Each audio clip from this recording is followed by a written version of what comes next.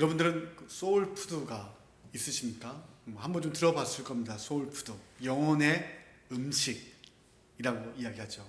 미국의 노예로 잡혀왔던 아프리카계 흑인들이 그 고된 일상, 또 노예로서 바닥의 인생을 또 인간 같지 않은 취급을 당하면서 그래도 그 시름들을 달랠 때 자신들이 강제로 떠나왔지만 그 고향의 음식을 만들어 먹으면서 마음의 위로도 받고 또 영혼의 체험을 경험한다 그래서 소울푸드라는 말이 유래하게 됩니다. 이렇게 영혼을 위로하는 음식들, 또 내가 지치고 힘겨웠을 때 나를 이렇게 리프레시 시키는 음식들을 소울푸드라 그러는데, 프랑스에는 조금 다른 의미의 영혼을 뒤흔든 또 이른바 금기된 소울푸드가 있습니다. 바로 오르톨랑이라는 새 요리입니다. 오르톨랑은 맵새가에 속하는 작은 새입니다. 굉장히 작은 새예요. 참새보다 작은 새입니다. 이 오르톨랑 조리법은 매우 잔혹하기 때문에 사람들 또 프랑스 사회에서는 금지되어 있는 음식입니다. 그 조리법이 굉장히 잔인하기 때문인데요. 먼저 오르톨랑을 생포한 후에 좁고 어두운 새장 속에 가둡니다. 가두는 이유는 한 가지입니다. 이 오르톨랑이 최대한 움직임을 적게 해서 근육을 키우지 않도록 만들기 위함이고, 또한 이 오르톨랑이 밤에 주로 먹기 때문에 어둡게 만든 좁은 새장 안에 가둬놓고선 그가 좋아하는 여러 열대 과일과 또 올리브, 또 헤이즐넛 같은 이 견과류를 집어넣고 계속 먹게 만드는 겁니다. 이렇게 21일 정도를 캄캄하고 좁은 새장 속에 날개짓도 하지 못하도록 최대한 지방을 유지하도록 만들면 몸집이 한 4배가량 커진다고 이야기합니다.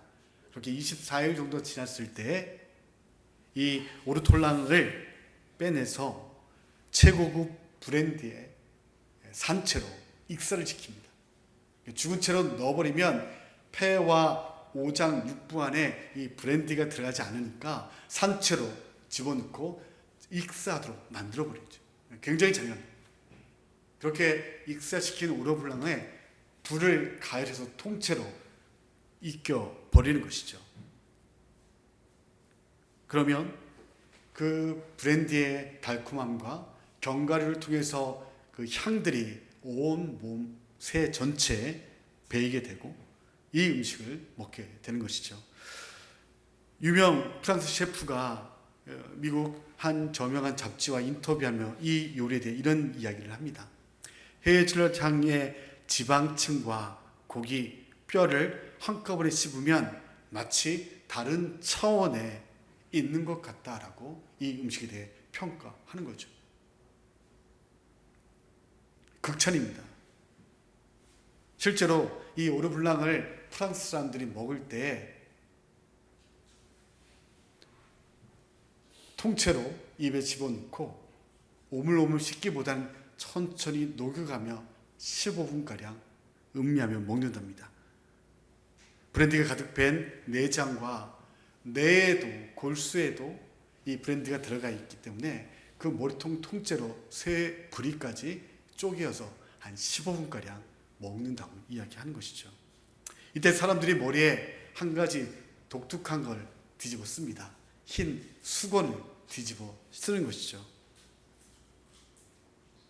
육즙향을 보존하려는 실용적 목적 때문에 그 오르블랑 요리를 놓고 하얀 수건을 뒤집어 쓰고 냄새가 그 풍미가 밖으로 새어나가지 않도록 쓴 채 입안에 오르블랑을 집어넣지만, 사실은 이러한 실용적 목적 외에 또 다른 문화적 의미를 그 수건 쓴 행위 가운데 포함하고 있습니다. 이토록 잔인한 방법으로 인간의 탐식을 즐기는 모습을, 자신의 그러한 모습을 신에게 들키지 않기 위해 하얀 수건을 뒤집어 쓴 채 그 오르톨랑을 먹는다는 이야기를 하는 것이죠. 준비 과정이 잔혹하고 그 잔혹함을 알기 때문에 양심의 가책이 느끼고 그 음식을 먹을 때에 혹시나 신이 노할까봐, 너무 잔인하다는 그 평을 들을까봐 하얀 흰 수건 하나 뒤집어 쓴 채 그 음식을 15분 동안 입안에 통으로 놓고 음미하며 먹어가는 것이죠. 자신의 식도락을 위해, 그 만족을 위해 잔인한 방법으로 새 한 마리 잡고는 그것이 부끄러워 수건 한 장으로 가리겠다는 기만적 행위인 것이죠. 하지만 그럼에도 불구하고 많은 이들이 이 요리를 먹기 위하여 오르톨랑을 잡기 시작합니다. 멸종 위기에 놓인 이 오르톨랑 때문에 프랑스 정부는 1999년 이 오르톨랑의 포획과 조리를 금하는 법을 만들어 버리죠. 그럼에도 불구하고 2006년도에 셰프들은 전통 요리를 다시 한번 유지하고 또 후대에게 전해야 된다고 다시 한번 오르톨랑을 합법으로 시켜달라고 시위도 펼쳐갔던 일들입니다. 교회 여러분, 수건 한 장으로 자신의 잔인한 탐식 욕구를 가리고 신을 속일 수 있다라고 정말 믿지는 않았을 겁니다. 그들이요. 그럼에도 불구하고 그렇게라도 해서라도 자신 안에 들어오는 그 양심의 가책을 가릴 심산으로 흰 수건을 쓴 채 오르톨랑을 음미하며 먹었던 그들입니다. 우리가 함께 읽었던 에스겔서의 한상 속에 있는 그 예루살렘 성전에 있던 그들, 하나님은 우리를 보지 않는다, 우리를 볼 수 없다라고 믿고 있던 그들이 오르톨랑을 먹으며 수건 한 장으로 자신의 그 잔혹성과 부끄러움을 가리랬던 이들과 함께 있는 것이죠. 그러나 하나님은 분명하게 선언하셨습니다. 인간이 만든 가림막은 하나님의 공의로운 심판을, 그 시선을 결코 피할 수 없다라고 말씀하고 있는 것이죠. 함께 읽었던 본문 에스겔 8장은 이후로 진행되는 11장까지 성전 환상이라고 불립니다. 하나님께서 바벨론의 포로로 잡혀있는 에스겔에게 예루살렘에서 일어나는 일들을 환상을 통해 알려주신 내용들을 담고 있는 구절입니다. 앞서 하나님께서는 7장에서 이스라엘의 끝이 왔음을, 그리고 심판을 피할 수 없음을 선언하십니다. 그리고 경고의 말씀을 주신 후에 8장의 에스겔의 환상을 통해서 하나님의 임재의 상징이었던 성전 앞마당에서 남유다 장로들과 또 여인들, 제사장들이 어떤 행악을 했는지 환상 가운데 고발하시는 내용들이 8장에 담겨 있는 것이죠. 8장 1절 말씀 함께 읽도록 하겠습니다. 여섯째 해 여섯째 달 초닷새에 나는 집에 앉았고 유대 장로들은 내 앞에 앉아 있는데 주 여호와의 권능이 거기에서 내게로 내리기로, 불확실성이 커지고 또 내일에 대한 불안과 걱정이 커지면 사람들은 용하다는 사람들을 찾아갑니다. 불안을 어떤 방법으로든 상쇄하고 싶은 욕구 때문이죠. 평안을 만들고 그 불안을 없애게 한 이유 때문에 용하다는 사람들을 찾아가게 됩니다. 바벨론의 포로로 잡혀온 유다의 장로들이 에스겔을 찾아옵니다. 방문 목적은 분명하게 밝히고 있지는 않지만 아마도 풍전등화 같은 남유다 그 조국의 상황과 불안한 포로 생활이 언제까지 될 것인지, 또한 하나님은 어떤 계획을 갖고 있으신지에 대한 궁금증, 그 궁금증을 에스겔을 통해서 답을 찾고자 방문했을 것이죠. 방문한 장로들과 마주한 에스겔에게 에스겔 1장에서처럼 하나님의 영이 에스겔에게 임하죠. 현실 시간이 멈춘 채 에스겔만 환상을 본 것인지, 아니면 현실 세계는 계속 가고 있지만 에스겔이 혼자서 활동을 멈춘 채 환상을 체험한 건지는 알 수 없습니다. 하지만 하나님의 영이 에스겔을 이끌고 환상 속에 예루살렘 성전으로 들어가는 북문으로 그를 데려갑니다. 우리 3절 5절 말씀 함께 읽도록 하겠습니다. 읽습니다. 그가 솜 같은 것을 펴서 내 머리털 한 모숨을 잡으며 주의 영이 나를 들어 천지 사이로 올리시고 하나님의 환상 가운데 나를 이끌어 예루살렘으로 가서 안뜰로 들어가는 북향한 문에 이르시니 거기에는 질투의 우상 곧 질투를 일어나게 하는 우상의 자리가 있는 곳이라. 그가 내게 이르시되 인자야 이제 너는 눈을 들어 북쪽을 바라보라 하시기로 내가 눈을 들어 북쪽을 바라보니 제단문 어기 북쪽에 그 질투의 우상이 있더라. 여러분, 성전은 하나님의 임재와 동행의 상징입니다. 이스라엘에게 주어진 그 성전은 그들에게 있어서 하나님의 선택을 받은 민족으로서의 정체성의 근간이 바로 성전인 것이죠. 특별히 성전 북문은 죄를 속하려고 많은 백성이 자신의 죄를 대속할 제물을 가지고 출입하던 출입구입니다. 그렇게 하나님의 대속의 상징과 같은 성전 북문에 하나님의 질투를 유발할 것이라고 모두가 아는 우상을 세워져 있는 것이죠. 하나님의 임재와 동행의 상징이라 이야기하는 성전이지만 사실은 그 성전은 하나님을 위한 것이 아닙니다. 사람을 위한 공간입니다. 무소부지 하나님께서는 머무실 공간이 필요 없으신 분이시죠. 하지만 그러한 하나님께서 재물을 죽여서라도 사람을 어떻게든 의롭게 만들어서 하나님과의 관계를 유지해 갈 수 있도록 성전이라는 공간을 만드시고 그것으로 나오면 내가 그 자리에서 너희를 만나겠다 약속하신 겁니다. 그래서 하나님을 위한 공간으로서의 성전이 아니라 엄밀한 의미로 사람을 위한 하나님의 배려와 은혜의 공간이 성전인 것이죠. 그렇게 성전에 나오는 이스라엘 백성들은 하나님을 기억해야 합니다.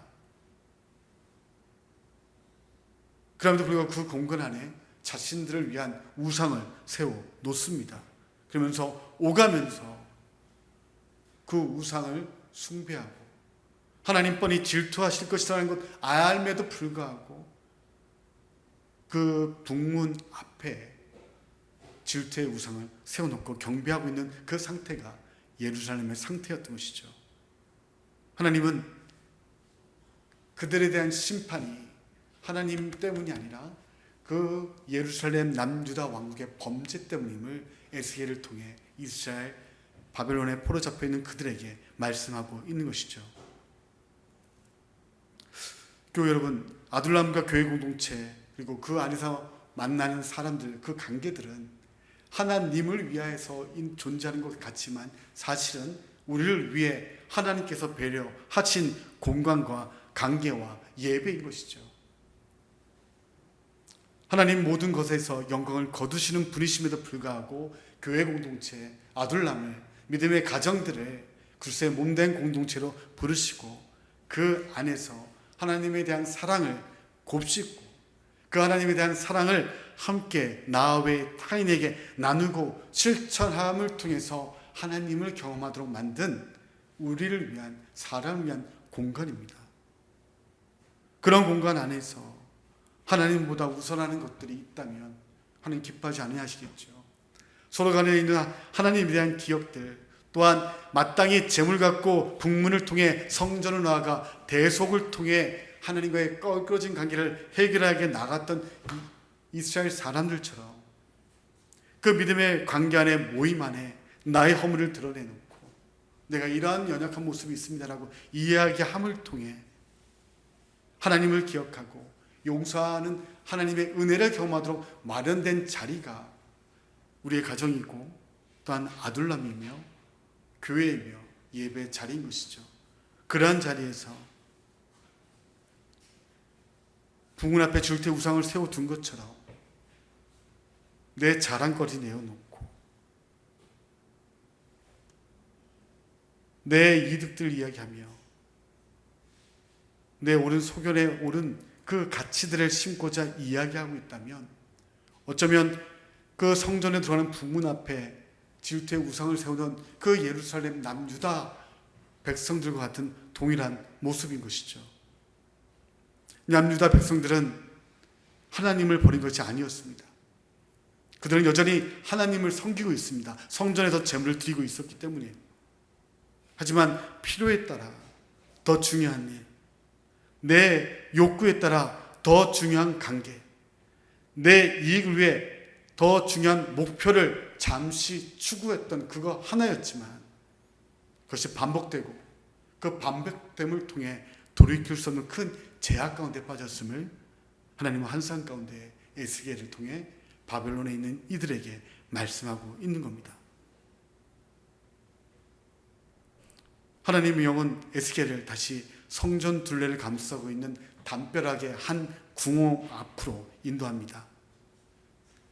그 구멍은 성전에 필요한 물품을 보관하고 또 제사장들과 성전에서 일하는 이들이 묵는 숙소와 물품을 보관하는 공간이 있던, 아마 성전 외벽에 있던 챔버, 그런 공간들의 벽이었을 겁니다. 그리고 하나님의 지시를 따라 에스겔은 담벼락을 허물고 문 앞으로 들어갑니다. 그리고 문이 열리자 각양의 곤충과 짐승들, 또 이스라엘의 모든 우상이 그려진 벽과 그 앞에서 향로를 들고 기도하고 있는 이스라엘의 장로 70명의 모습이 보입니다. 10절부터 12절까지의 말씀 함께 읽도록 하겠습니다. 내가 들어가 보니 각양 곤충과 가증한 짐승과 이스라엘 족속의 모든 우상을 그 사방 벽에 그렸고, 이스라엘 장로 족속 그 앞에 섰으며 사반의 아들 야사냐와 그 가운데 섰고 각기 손에 향로를 들었는데 향연이 구름같이 오르더라. 또 내게 이르시되 인자야, 이스라엘 족속의 장로들이 각각 그 우상의 방 안에 어두운 가운데서 행한 것을 내가 보았느냐. 그들이 이르기를 여호와께서 우리를 보지 아니하시며 여호와께서 이 땅을 버리셨다 하느니라. 그 70인의 장로 사이에 여호와께서 들으신다는 뜻의 이름을 가진 야사나도 서 있습니다. 그는 남유다 요시야 왕과 함께 종교개혁을 이끌었던 군무장관 사반의 아들입니다. 이름대로 여호와께서 들으시니 자신의 여러 문제들을 가지고 또 장로들의 여러 아픔과 나라의 내일을 놓고 하나님 앞에 들으시니 기도해야 할 것입니다. 하지만 그래야 할 그가 이스라엘을 대표하는 70인의 장로들과 함께 지 잡는 게 고향이라는 식으로 자기 편익과 안정을 위해 이집트 신과 또한 가나안 신 상관없이 그 모든 신상들, 이스라엘에 존재하는 모든 우상을 벽면에 새겨놓고 그들에게 향로를 든 채 기도하고 있는 것이죠. 메시지는 10절 이렇게 번역합니다. 내가 들어가서 보니 사방 벽이 온갖 파충류와 짐승, 괴물 그림으로 도배가 되어 있었다. 나는 내 눈을 의심했다. 그것은 이스라엘의 숭배하는 이집트의 신들의 그림이었다라고 번역합니다.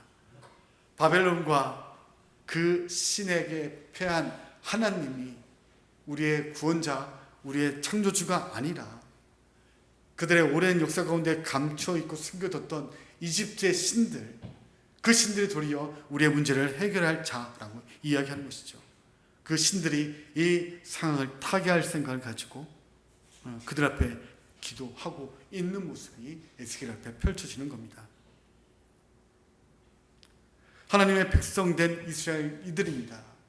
그들이라면 시편 기자들처럼 하나님께서 외면하실 듯한 상황이지만 하나님 제발 이곳을 보아주십시오 라고 기도하거나, 아니면 주님 버려진 고아처럼 아버지의 부재를 경험하고 있으니 당신의 그 살아계심의 존재를 우리 앞에 보여주십시오 라고 기도해야 할 존재들이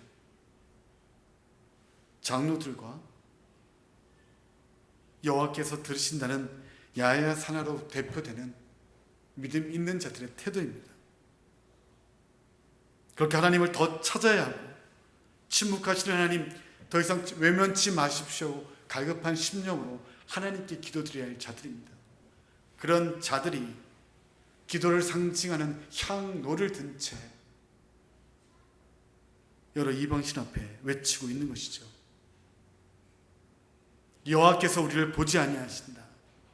여호와께서 이 땅을 버리셨다 외치며 하나님이 패하셨고 외면하고 침묵하시니 우리가 하나님을 버리고 우리를 도와줄 대상을 찾아 어르고 달래고 우리 편으로 만들기 위해 또 우리의 소원을 들어주기 위해 그 심보로 하나님을 등지고 있는 모습이 예루살렘에 남아있던 이들의 모습임을 고발하고 있는 것이죠. 그렇게 장로들의 은밀한 제약뿐만 아니라 이어 북문을 향해 에스겔을 하나님의 영이 끌고 갑니다. 그리고 북문에서 울고 있는 여인들을 보게 하시죠. 14절 말씀 함께 읽도록 하겠습니다. 그가 또 나를 데리고 여호와의 전으로 들어가는 북문에 이르시기로 보니 거기에 여인들이 앉아 담무스를 위하여 애곡하더라. 담무스는 고대 수메르의 식물의 신입니다. 풍요와 번영, 추수와 결실을 장려하는 신으로 숭배되던 우상입니다. 식물이 말라 죽는 뜨거운 여름, 담무스를 위해 여인들이 애곡하는 종교 의식을 갖습니다. 그 애곡을 정성을 다해 드림을 통해서 뜨거운 여름이 지난 후에 다시 부활할 식물 세계를 이 담무스가 통치할 것인데, 그때 여름철 시작되던 그 시기에 당신을 애곡한 우리를 기억해 주시고 풍년을 주십시오라는 마음으로 빌었던 겁니다. 가나안 여인들, 또 가나안 사람들은 그렇게 기도했던 것이죠. 하지만 14절에 그 담무스를 애곡하던 사람들은 가나안인들이 아닙니다. 남유다 여인들입니다. 남유다의 비참한 상황에 대해 하나님께 빌고 은혜를, 긍휼을 구했던 것이 아니라 자신들에게 땅에 풍요를 줄 것이라 믿는 담무스를 향해 눈물을 흘리고 있는 것이죠. 탐욕에 눈 멀어버린 이 이스라엘 사회가, 그 안에 있는 여인들이 그 탐욕에 눈 멀어 마음과 감정까지도, 눈물까지도 자기 만족을 위한 도구로 사용해 버리는 사태까지 가는 것이죠. 여인들뿐만이 아니죠. 제사장으로 보이는 28명의 무리가 성전 그 앞에서 성전을 등지고 동쪽 문을 향해 서서 태양을 예배합니다. 16절 함께 읽도록 하겠습니다. 그가 또 나를 데리고 여호와의 성전 안뜰에 들어가시니라. 보라, 여호와의 성전 문 곧 현관과 제단 사이에서 약 25명이 여호와의 성전을 등지고 낯을 동쪽으로 향하여 동쪽 태양에 예배하더라. 그들이 등을 친 것은 창조주 하나님의 성전입니다. 그들이 바라본 것은 그 분이 피조한 피조물 중에 하나였던 태양을 향해 섭니다. 이들은 아마도 이스라엘의 24개 반차, 이스라엘 전체를 뜻하는 24명의 제사장과 대제사장 1명을 합쳐 아마 25명이었던 것 같습니다. 제사장들은 매일 아침 해가 동쪽 문에 뜰 때면 성전 안으로 들어가 등잔과 분향단을 교체하고 청소합니다. 한마디로 태양이 동쪽 문에 걸치면 그들이 있어야 할 곳은 성전 밖이 아니라 성전 안에 서서 성전의 기물들을 정비하고 점검하는 게 제사장들이 서 있어야 할 자리인 것이죠. 그런데 성전을 나와 제단 사이에 서서 성전을 등진 채 동쪽 문에 떠오른 태양을 향해 그 태양신을 예배하고 있다라고 하나님은 고발하십니다. 하나님을 능동적으로 거부하겠다는 불신앙이자 하나님에 대한 반역을 제사장들이 행하고 있는 것이죠. 이런 총체적 난국 같은 남유다 상황을 환상으로 보여주신 하나님께서 에스겔에게 하시는 말씀이 17, 18절 말씀입니다. 우리 메시지로 함께 읽도록 하겠습니다. 그분이 말씀하셨다. 사람의 아들아, 잘 보았느냐? 유다는 입에 담기조차 역겨운 이런 짓을 벌이고 있다. 이것으로도 모자라 나를 폭력으로 가득 채우고 거기에 더해 온갖 역겨운 짓을 나의 진노를 더하게 한다. 그렇다. 그들이 불러들인 하나님의 진노가 이제 그들에게 쏟아졌다. 더 이상 자비는 없다. 그들이 아무리 소리 질러대도 나는 듣지 않을 것이다. 그들은 무리를 지어 그 무리 지음을 통해 집단화된 행동을 통해 죄에 대해 둔감해집니다. 나뿐만 아니라 내 옆에 있는 저가 하니 내 잘못만은 아니겠구나. 연대의식이 생겨버리는 것이죠. 그렇게 둔감해지는 것에 대해 하나님은 여전히 민감하게 경고하고 계심에도 불구하고 그들이 하나님을 등지기 시작하자 종교적 영역뿐만 아니라 인간에 대한 존대가 사라지고 사회 문화 속에 차별과 폭력이 만무하게 됩니다.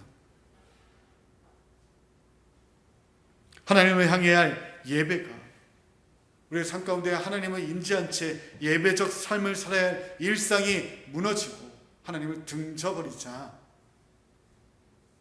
사회 질서가 붕괴되고 나라 안에 폭력이 가득하게 되는 것이죠. 결국 그러한 유다에 남아있는 그들의 모습 때문에 하나님의 진노가 오게 되었고 하나님은 그들을 외면치 않으시겠다라고 선언하시는 것이죠. 자비를 거두지 않으시겠다 말씀하는 겁니다. 시저들의 일상의 무질서는 어찌 보면 우리에게 무너진 말씀 묵상과 예배의 모습 속에 그 원인을 찾을 수 있을 겁니다.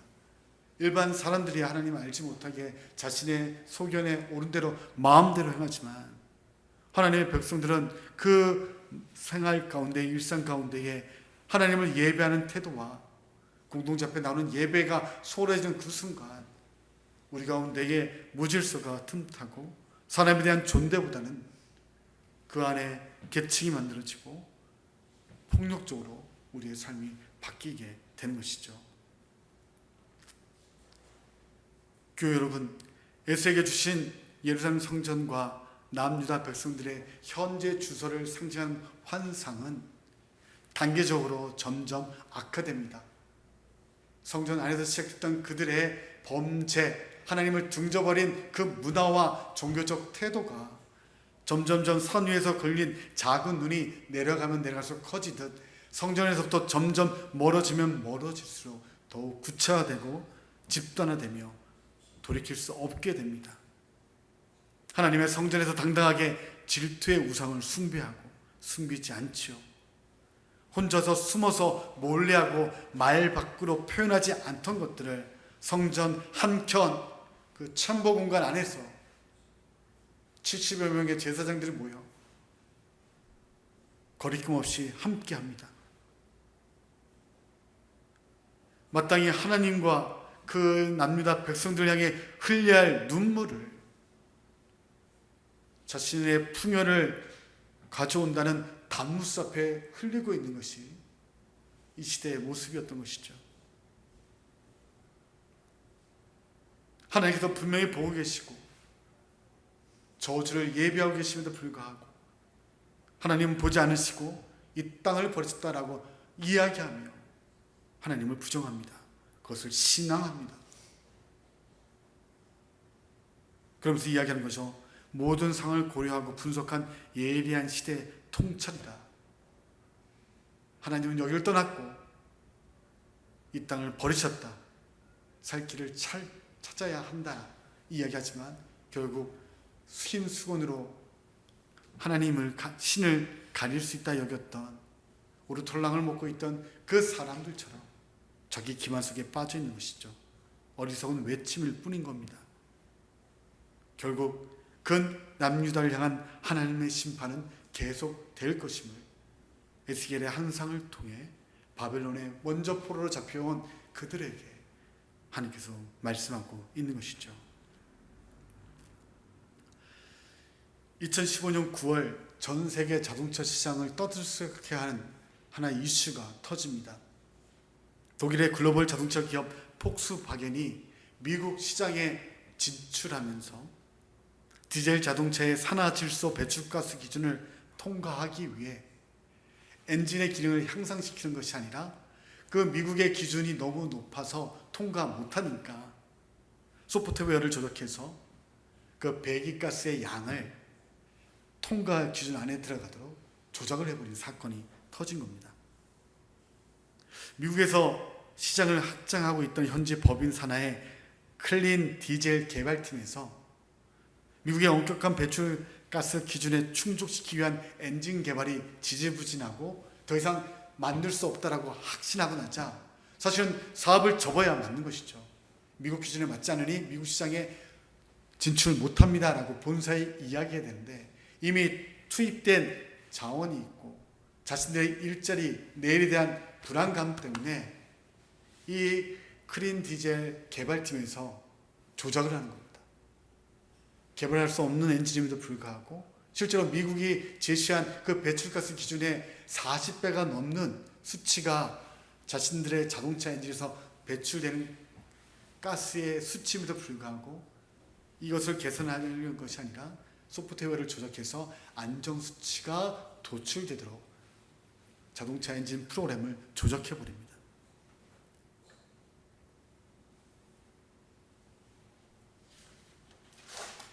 아무도 모를 것이다. 검사만 통과하면 된다. 그렇게 여겼던 그 개발팀의 속임이 외부 팀에 의해서 밝혀지면서 전 세계에 굉장히 충격적인 영향을 주었던 것이죠. 폭스바겐은 결국 수십조 원의 손실을 입고 기업 이미지에 굉장히 큰 타격 그리고 경영진의 처벌까지 받고 관계자는 사퇴하는 일들이 벌어지면서 일이 마무리됩니다. 그들은 생각했습니다. 충분히 숨길 수 있을 것이다. 시스템과 프로그램을 통해서 가렸으니 아무 문제 될 것이 아니다. 우리만 입 다물면 끝날 것이다. 그렇게 겉으로는 깨끗해 보이게 만들었지만 사실은 진실은 사라지지 않고 결국 드러났던 것이죠. 예인가족 여러분, 남유다 왕국은 하나님을 버린 것이 아니었습니다. 성전은 여전히 있었고 여전히 안식일에 하나님을 섬기며 제물을 가지고 성전 북문을 통해 제단 앞에 나와 자신의 죄를 속했을 겁니다. 다만 그러면서 성전 북문을 들어갈 때 질투의 우상 앞에 같이 절하고 단무스를 향해 울며 뜨거운 여름이나 추수의 계절이 올 때에 우리를 기억해 풍년을 달라고 잠깐 그 목적을 위해 빌었을 뿐입니다. 하나님을 부인했던 것이 아니었죠. 다만 보이지 않는다고 생각할 뿐입니다. 그래서 성전 안에 우상 하나 한켠에 세웠습니다. 눈에 보이지 않는 하나님이시니 보지 못하시겠지. 그래서 어두운 방에 들어가 이집트의 여러 우상들과 이스라엘의 모든 우상들을 세워놓고 그들을 향해 기도합니다. 보이지 않는 하나님 보지 않으실 것이니. 그래서 눈물의 방향을 하나님이 아닌 단무스를 향해 울립니다. 보이지 않으십니까? 결국 그렇게 하나님의 성전이 아닌 동쪽문을 통해 떠오른 태양을 예배하는 존재로 전락해 버린 것이죠.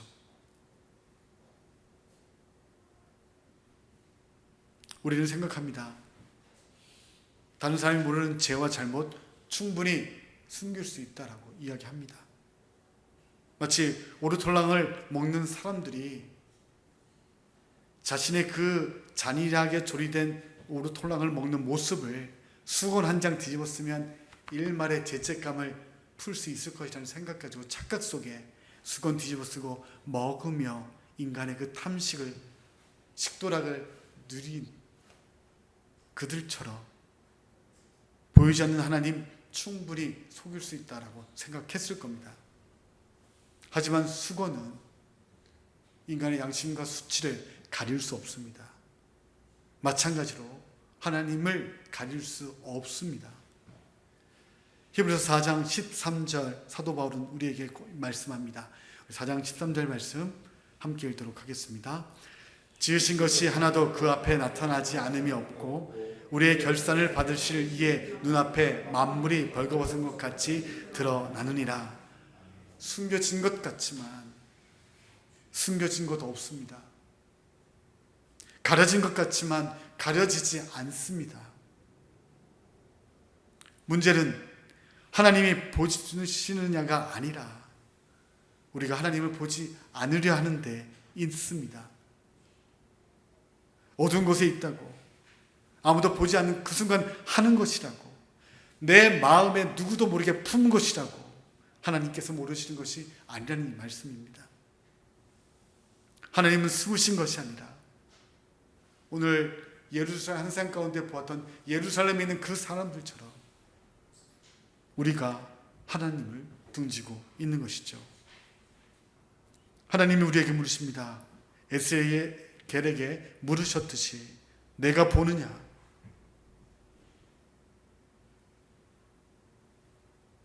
각자 우리의 삶을 각자 돌아보길 원합니다. 어떤 관계에서, 또한 어떤 선택에서, 어떤 습관에서 하나님을 가리고 있는 부분은 없습니까? 어떤 상황 가운데, 어떤 영역 가운데에 하나님을 애써 외면하고 있지는 않습니까? 그렇게 하나님을 속일 수 있다 착각하면서도 여전히 스스로 자신을 속이는 것이죠. 이 정도는 괜찮다. 이거는 별거 아니다. 그러나 그것은 어디까지나 우리의 판단일 뿐입니다. 착각일 뿐인 것이죠. 우리가 괜찮다고 여기는 것이 하나님 앞에서는 결코 괜찮지 않은 것일 수 있습니다. 우리가 가볍게 여기는 그 죄가 하나님 보시기에는 가벼운 것이 아닐 수 있습니다. 예인가족 여러분, 하나님은 보시는 분입니다. 그리고 동시에 돌아오기를 기다리시는 분입니다. 숨으라고 하지 않으십니다. 도망치라고 말씀하지 않습니다. 에스겔을 통하여 또한 바벨론의 포로로 잡혀있는 그 남은 자 된 남유다 백성을 향하여 도망치라고 말씀하시는 것이 아니라 나오라고 말씀하시는 것이죠.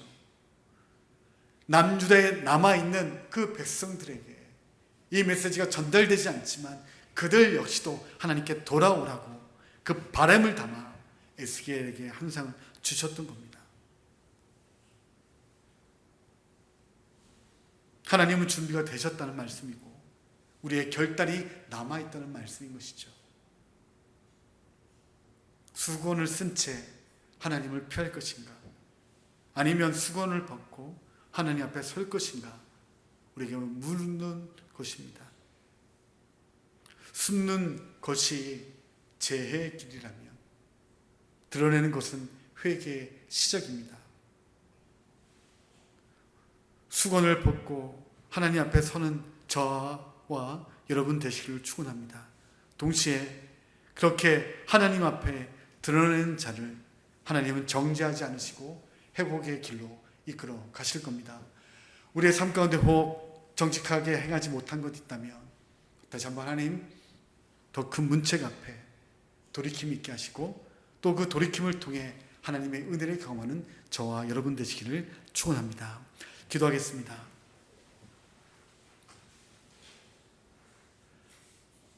사랑하는 하나님, 모든 것 아시는 하나님 앞에서 감추고 가릴 수 있다고 착각하며 살지 않게 하옵소서.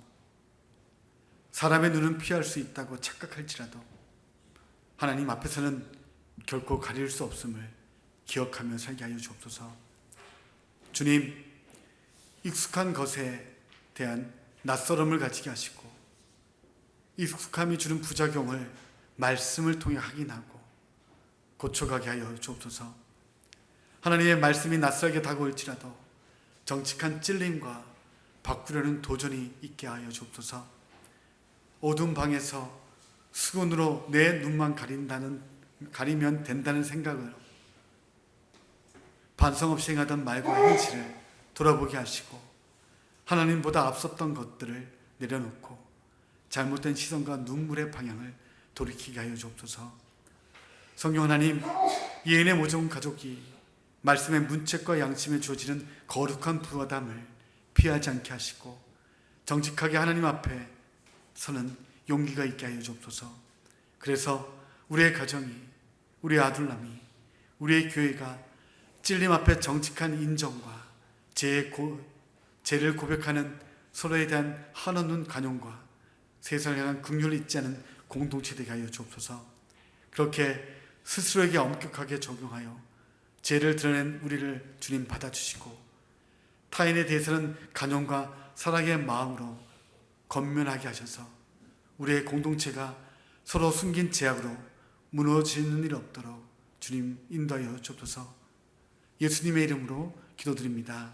아멘.